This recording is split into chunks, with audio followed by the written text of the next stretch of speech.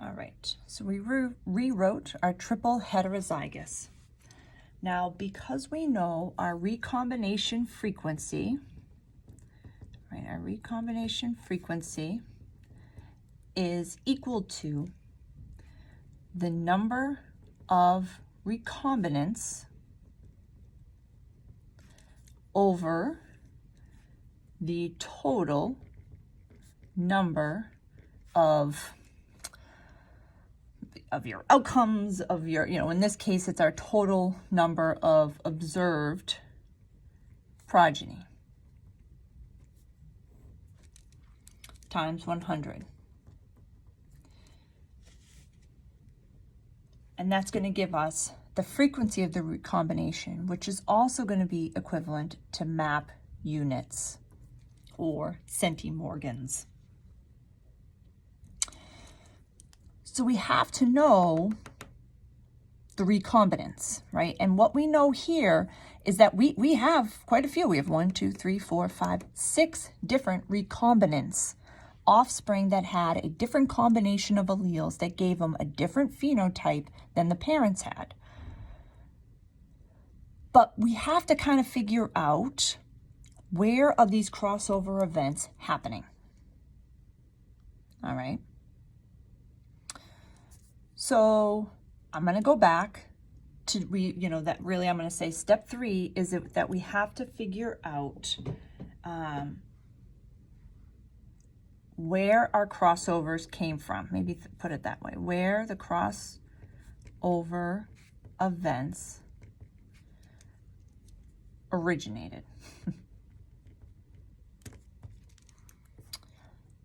So I'm going to come down with my triple heterozygous. That's what we're going to use to compare. And we have to kind of think in theory of these chromosomes, homologous chromosomes, right, crossing over.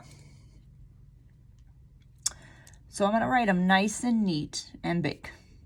So I have my RG plus, my A, and my MG, and they are lined up on a chromosome, right?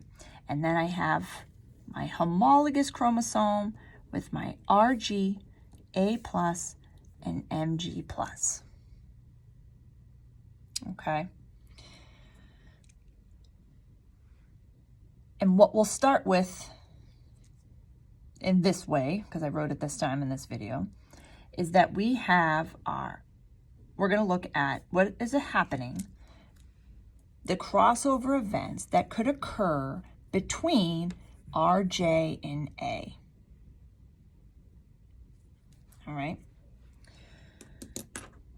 So we could say that maybe, right, we could be this way and that this crossed here. Right, so that we could end up with RJ plus, and then if a crossover event happened, A plus, MG plus. Right, that could happen. We also could have it cross this way. We could have RJ cross this way. And that would result in a shuffling of the deck to have RJ, A, MG. But we also have to contribute to those double crossover events. So we could think of that maybe this cross happened, right? We had an RJ, it crossed, but maybe it crossed again, which would have given us an RJ plus, A plus, MG.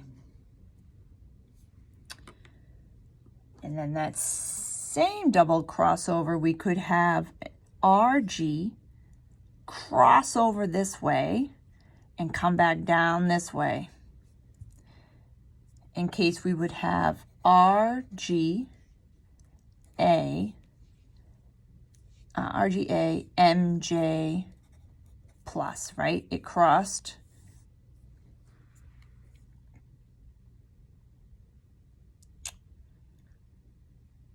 Is what could happen. So now, if we go back to our table, we could try to see where this matches up. So with a single crossover event happening between RJ and A, we have RJ plus, A plus, MG plus. Right, so we have RJ plus, MG plus, A plus. That's this one right here, A plus, RG plus, MG plus. We did see it, and in fact, there was 16 baby mice that looked like that. And then we could have the RJ, A, MG. And here we go, our RJ, A, and our MG. We saw 36. Then we have our double crossover events, right? In which then we have RJ plus, A plus, and MG gave us 1. And then here's our other one here, RG, A, MG plus.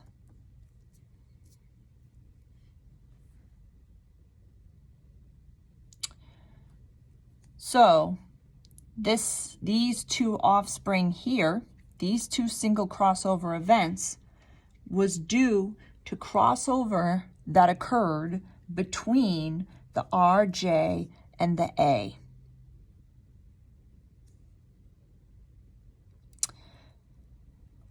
And so then we also have to look at what happens between, because we know A is in the middle, what crossover events happened between A and MG. So again, I'm going to write my heterozygous with my correct gene in the right order in the middle.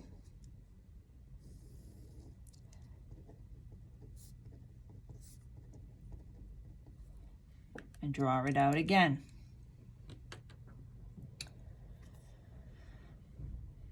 But this time, we want to focus on what's going on between A and MG. So maybe we have a crossover event here. We keep RG, and A together. And if that was a crossover event, we would have RG plus A crossing over, and we've given us MG plus. Or we could have our RJA and crossed up this way. RG, A plus, and crossed over to give us a new phenotype, right? Not seeing a new combination.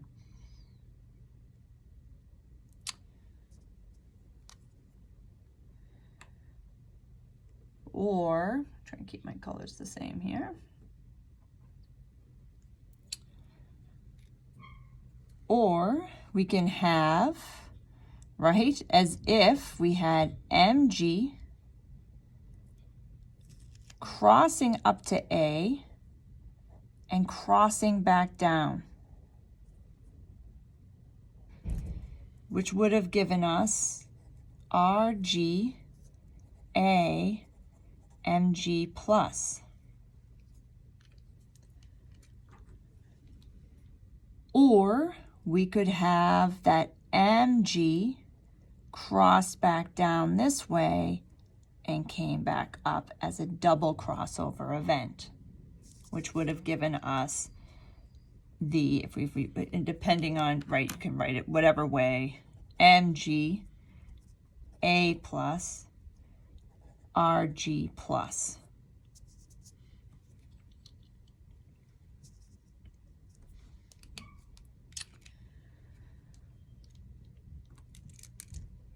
And that's going to provide all the places where crossing over could have occurred. So now we go to our table. Our double crossover events, we'll see, because it's a double crossover, it's affecting the stretch of DNA between both of those genes. So here we have our RG A MG plus is equal to 1, and our RG plus A plus is equal to 1. And so if we look at RG plus A MG plus, RG plus A MG plus is our 15. And then we'll assume 9, but double check your work here. We have RG A plus MG is our 9.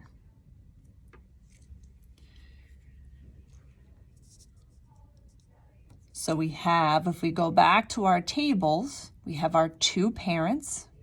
We had, non-recombinants that will look like our parents. We have our 2 double crossover events. And there was 4 single crossover events.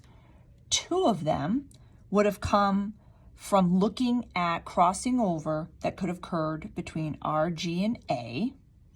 And the other 2 is what would have occurred between A and MG. So now we can plug this in to our total to figure out our recombination frequency. So I'm going to scooch this up a little bit here. And so here we have, it's 16, it's our number of recombinants, 16 plus 36 plus 1 over, on that page I had told you that was 213. And this one's going to be the 15 plus 9 plus 1 over 213.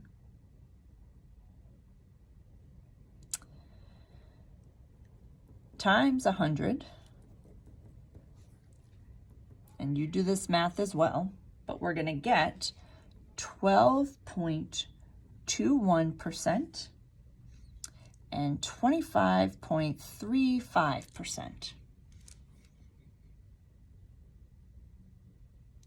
Which is going to equal MAP units.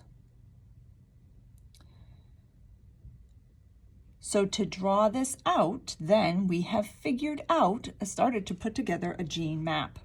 We know A is in the middle, and it is 12 MAP units away from RG.